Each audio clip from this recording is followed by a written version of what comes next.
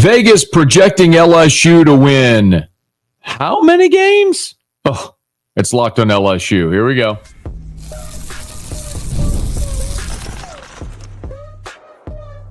You are Locked On LSU, your daily podcast on the LSU Tigers.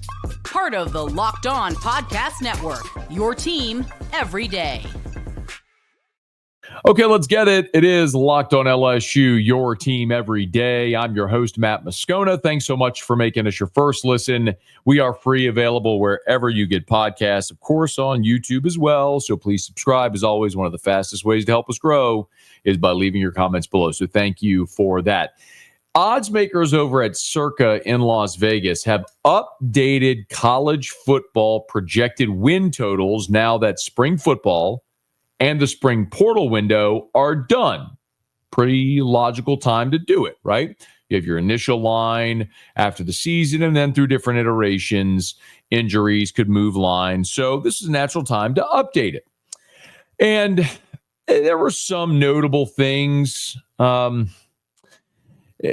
in the top, like Texas saw their total drop from 10 to 9.5. Auburn went from 7.5 to 8, so a little bump. Interestingly, Tennessee, a playoff team a year ago, loses their starting quarterback, Nico Iamaleava. They were over under 8.5 at the end of the season. Now they're at 8.5. Maybe the deduction there is Nico isn't quite as valuable as he thinks he might be. The biggest jump, by the way, was Vanderbilt. Went from 4.5. From 3.5 to 4.5. So Vanderbilt jumped a full game from where they were to where they are. Now, of course, Diego Pavia is returning for another year there in Nashville. But as for LSU, even with this spring portal window, where LSU added Bernard Gooden and A.J. Halsey. By the way, we let you hear from A.J. Halsey on our previous episode. Bernard Gooden's coming up later in this episode. You'll want to hear that. Shout out to our everydayers. LSU inks the number one transfer portal class in the country in December. And all they did on top of that was add two of the top defensive players in the entire portal, Gooden and Halsey. And LSU's win total didn't change. Still sitting there over under 8.5. 8.5. Y'all, what am I missing? Let me back up here for a quick second, though. Okay, so there's no confusion. Let's talk about first why odds makers set lines, like what their goal is. The odds makers' goal is to generate action on both sides of the line. So they set 8.5, and they're thinking, okay, we'll get equal action over and under. Of course, they have juice baked into it, so they never want to have a giant liability. So if a lot of money comes in on one side, then they move the line to generate action on the other side, right? So the fact that LSU is still sitting at 8.5 tells me that sharp bettors and the public aren't hip to LSU yet. Now, I don't think we're sitting here with purple and gold sunglasses, sunshine pumping. I like to think of myself as a pretty logical analyst. I tell you all the time. If I think they're going to be good, I'm going to tell you. If I think they're going to stink, I'm going to tell you. If I think they're going to win, I'm going to tell you. If I think they're going to lose, I'm going to tell you. You may not like that, but you know what you do? You respect the fact that, I'm always going to be honest with you. And if I thought this LSU team was going to stink, I'd tell you. I keep looking at the team, the talent, what they added, and the schedule, and I go, man, 9 feels like the floor for this team. So you better believe I'm looking at 8.5 going, hammer that over. I think a worst case scenario for LSU is like what happened to Ole Miss last year. Arguably the most talented team in the country. Threw up on themselves at home against Kentucky. Lost a game at LSU where they didn't trail until the final play of overtime. A game in Gainesville where they had 3 possessions in the red zone, 3 times went for it on 4th down, 3 times got stopped. Just kick field goals, you win the game. So that could happen, but that was a 9-3. That's kind of how I look at LSU. But the other part of that is where people or the perception of LSU is. I did an interview on Wednesday morning on ESPN Radio in Austin, Texas. Shout out to Aaron and Noah. They do a great job. And I don't think those guys, like most people, don't realize that Garrett Nussmeier is the leading returning passer in all of college football. He is the only returning 4,000-yard passer from last season in college football. So when I keep seeing Georgia and Bama or Tennessee and Ole Miss, I'm going, all of those teams lost their starting quarterbacks. Meanwhile, Garrett Nussmeier, the leading returning quarterback in the country, is back. And I think there's probably a lot of doubt in Brian Kelly. And I understand, but I think that's also somewhat of a foolish narrative.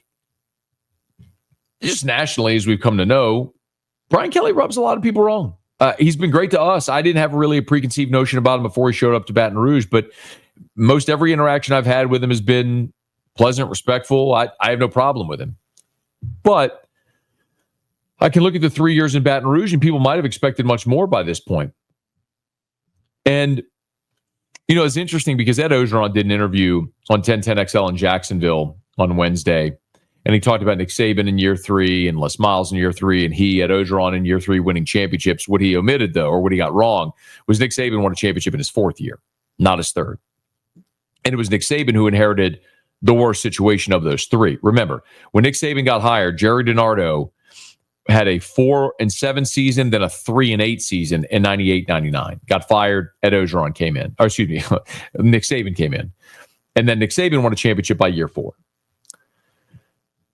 When Les Miles took over for Nick Saban, he took over a very robust program. That was just a year plus removed from winning a national championship.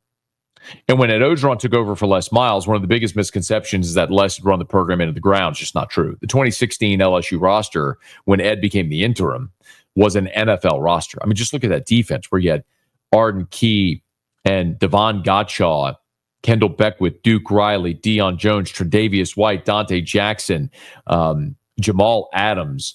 I mean, you had DJ Chark, Malachi Dupre. Your running backs were Leonard Fournette, Darius Geis, Darrell Williams. You had Ethan Posick and Will Clapp on that team. Foster Moreau. You had an NFL roster. The bigger conundrum was Les just not maximizing that roster. But Ed took over a great situation. What Brian Kelly inherited was more like what Nick Saban inherited. If you go back, remember, you win the championship in 2019. In 2020, you go 5-5. And then in 2021, you go 6-7. You are a game under 500 for combining 2 seasons after the championship. That more closely resembles what Nick Saban inherited, and he won a championship in year 4. Now you look at what Brian Kelly's got. Year 1 was exciting. You won the SEC West. You beat Bama. Year 2, you get a Heisman winner, but the defense was atrocious. You bring in Blake Baker. The defense improves by 50%, but still not great. And you go 8-4 in large part because you missed in the portal. You thought you could do it with a bargain basement approach in the portal, and it just didn't work. You spent $5.5 million on your roster last year. You needed to invest more, and lo and behold, they did this year. And now you got the number 1 portal class in the country and a stable coaching staff and your leading returning quarterback in the country. All that to say, when I look at it, LSU doesn't have a lot of questions on that roster. And I always look at, when I'm deciding how I'm going to project the team, I look at it as the fewest amount of questions against the most manageable schedule.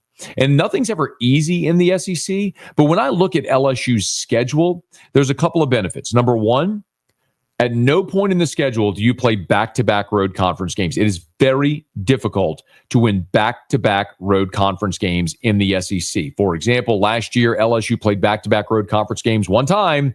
They won at Arkansas. A week later, they went to Texas A&M and lost. It is hard to win back-to-back road conference games. LSU doesn't have to do it this year. The other thing is, if you were to identify whatever you feel are the toughest games on the schedule, each week, LSU has a relative layup. I mean, you open with Clemson, very tough game, but it's your opener. So you're going to be as healthy as you'll be all season. You look at the game at Ole Miss on September the 27th. The week before that, you're playing Southeastern, an FCS opponent. If you want to look at the game at home against South Carolina, you have an open date before you play that game. You want to talk about playing at home against Texas A&M? You're at Vanderbilt the week before. You want to talk about playing at Alabama? You have an open date the week before. You want to talk about finishing at Oklahoma? You have Western Kentucky at home the week before.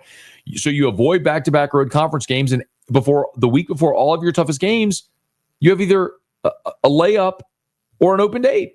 So eventually, the public and the bettors are going to catch up with LSU. They're going to catch up with Vegas, and that number is going to elevate. So all that to say, 8.5, you like it? Hammer it, because I don't think that's going to stick around for long. And yes, I'll continue to say here, as I will say for this entire offseason, the basement expectation.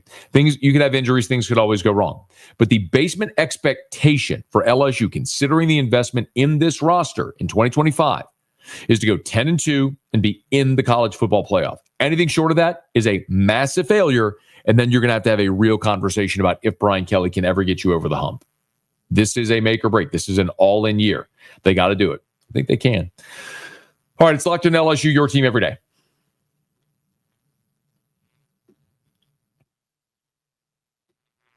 The days are getting longer, the weather's warming up, and people are spending more time outside, which means it's the perfect time to refresh your outdoor space.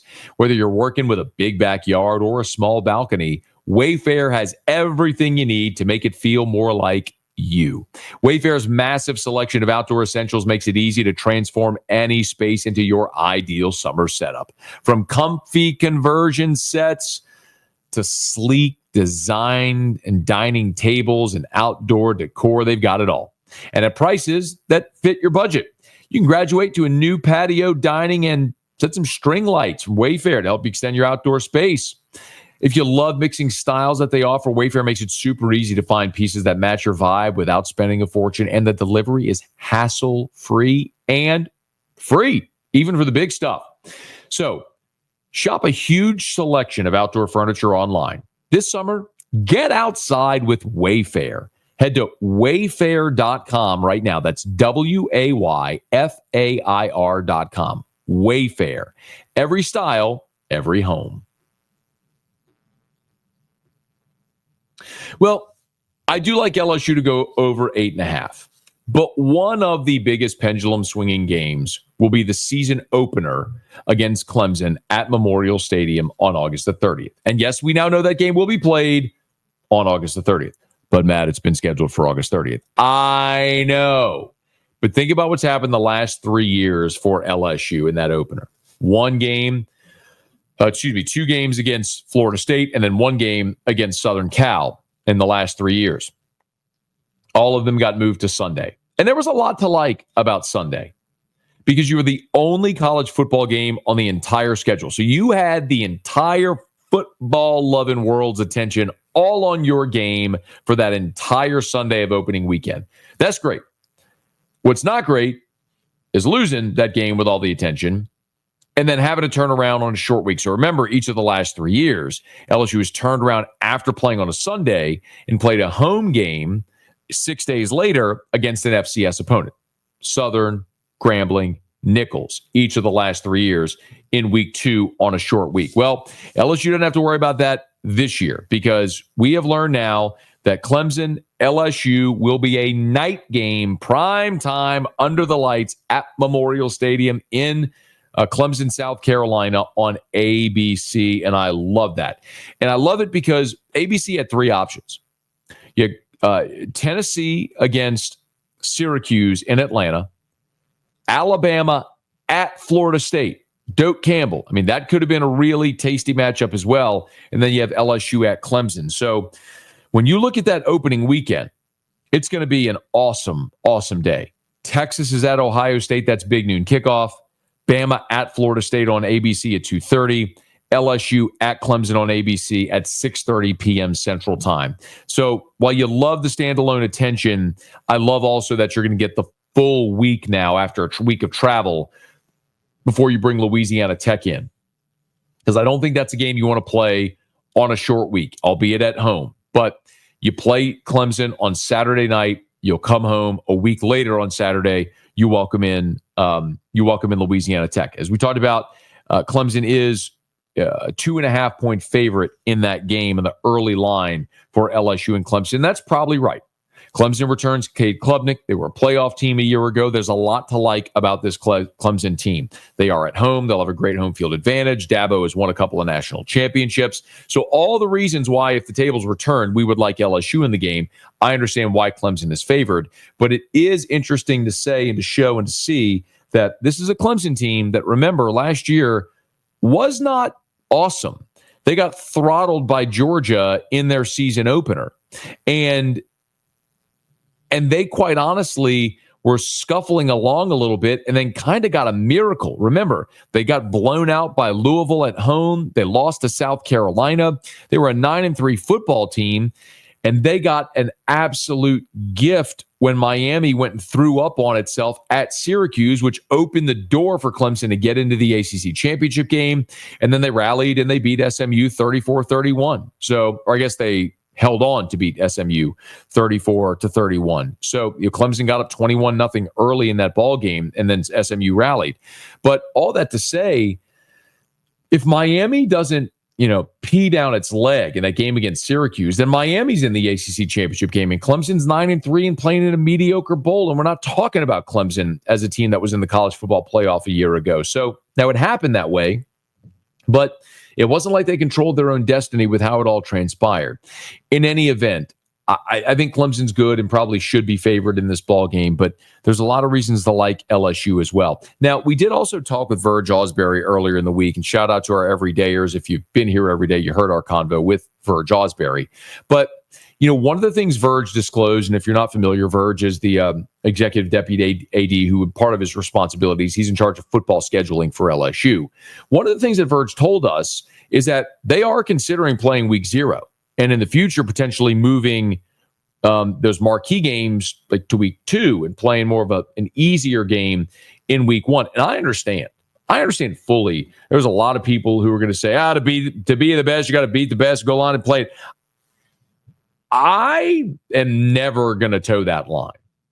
I want to see college football, all of college football, go to a 12-game schedule where everybody plays the Power Four. Power Four plays Power Four. And that's the only we never see these garbage nonsense games that nobody wants to see. There's no single LSU fan that's jacked to watch LSU against Southeastern, or it's pumped to watch Western Kentucky come in at the end of November. It's just not reality.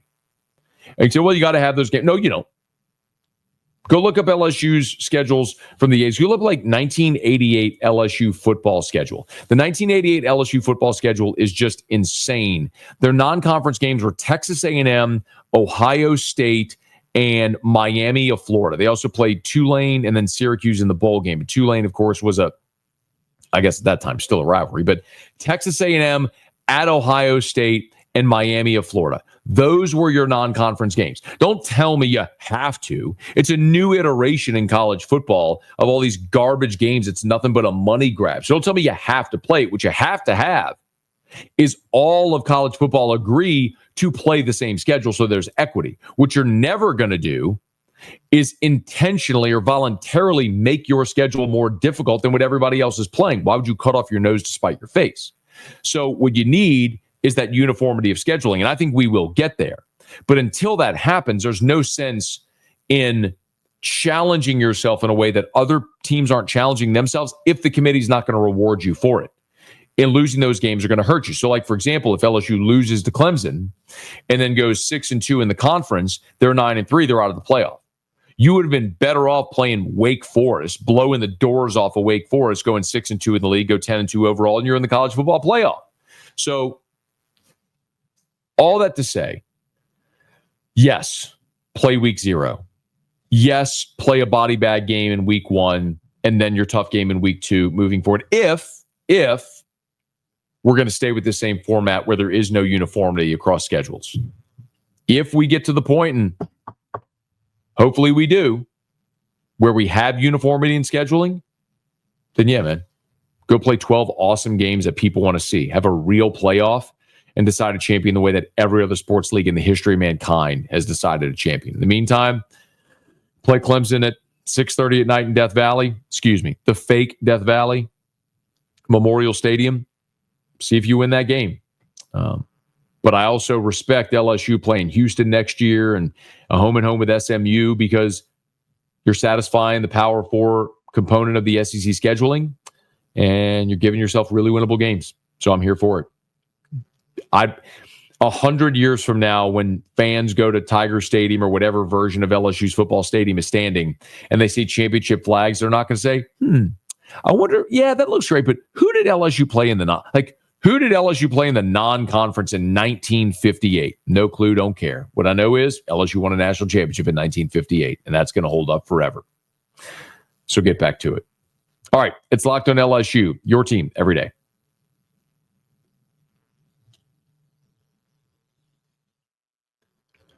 One player that could very well help LSU get to the national championship is Bernard Gooden. Now, Bernard Gooden is one of the top players in the transfer portal here in this spring portal window. He began his career he's out of Montgomery, Alabama, began his career at Wake Forest, was there for 2 years, transferred to South Florida, redshirted in 2023, and in 2024, his first real opportunity to play, he had a breakout year. So he goes into the transfer portal, and LSU calls him. And now Bernard Gooden, one of the top defensive tackles in the country, is an LSU Tiger, fortifying that LSU defensive line. Now, I had a chance to talk to Bernard Gooden on my radio show after further review. If you want to hear the entire interview, you can search it on YouTube or podcast. Just search AFR LSU, and you'll see it right there, AFR LSU. But Bernard wasn't very wordy with his answers, so you're going to hear a back and forth between me and Bernard. That this back and forth is about 2 minutes, but we cover a lot of ground. Again, his answers weren't very long, which is okay. But I think you're going to love his energy, his approach, his directness, and all that. And I started by asking what teams or how many teams reached out to him via the portal. It was a couple teams for sure, but I wasn't looking at it like no recruiter. I had my eyes on certain schools I wanted. So when LSU hit me, it was a perfect opportunity. Why? What was it about LSU that was a perfect opportunity? Really, Coach Kyle, man. He got the same type of style as me, and knowing how type of career he had, man. And, his mindset in the D-line room, that matches up with me. So I'm like, yeah, I need that. Can you so Kyle, of course, Kyle Williams, new defensive line coach. Can you elaborate a little bit on that style, your style matching his style? Describe that for us. Mm-hmm. Yeah, my style, I feel like I'm very disruptive. I feel like I can do everything from run to pass, and I do it in my own way. Especially my frame. Most of the linemen, they want 6'5", 6'6". I'm 6'1", 6'2". But I kill it with speed, and I feel like I can go longer. I feel like I don't go for quarters. I feel like I go overtime too. That's how my mindset. I love that. What about 7 overtimes? Hope we don't have to see 7 over. Hey, that game was crazy.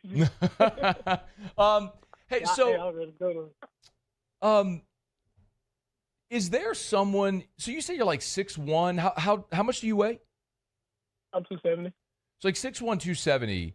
Is there someone that when you watch college NFL that you say, all right, it kind of models after that? Because that's not a typical interior line size, right? Mm-hmm. Yes, sir. So who do you think you model? Whose game do you look after? Well, I'm not gonna lie, it's hard to model, but one person I do look up is Aaron Donald for sure, the best in the business in my opinion. Yeah. So if you play like Aaron Donald, we are going to be really excited to have you in the Pro League. Goal. So that's your goal. I was going to ask you, what are your goals? One season, you get one bite at the apple here at Power 5 football or Power 4 football in the SEC. What's your goals in 2025? Man, with the championship, I feel like we could do it here. Did you talk to Brian Kelly during your recruitment? Yes, sir, I did. What were those conversations like? Man, I'm real, but I feel like it was the business that he already know. My mindset, I know what he wants.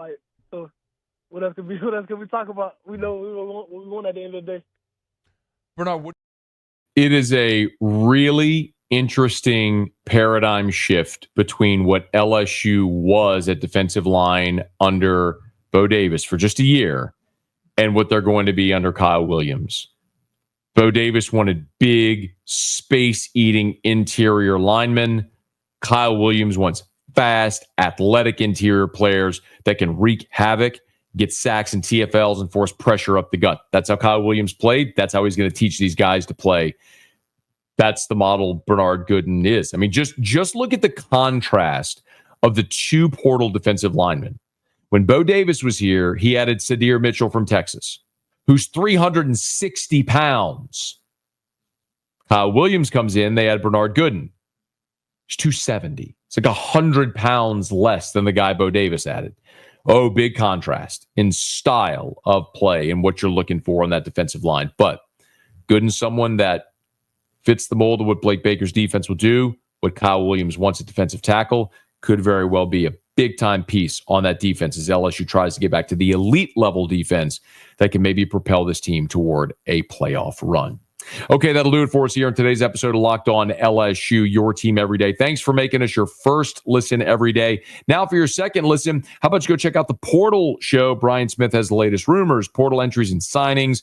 Be the most informed fan on the rapid changes of the college football landscape. Find The Portal on YouTube or wherever you listen to podcasts. Speaking of podcasts, remember, you can always subscribe on your favorite podcast app. Rate us, leave a review. If you're on YouTube, smash that like button, subscribe to the channel, hit the bell so you're notified whenever we post a new video, and let a friend know if they love the Tigers. We got you here every single day for Locked On LSU, your team every day.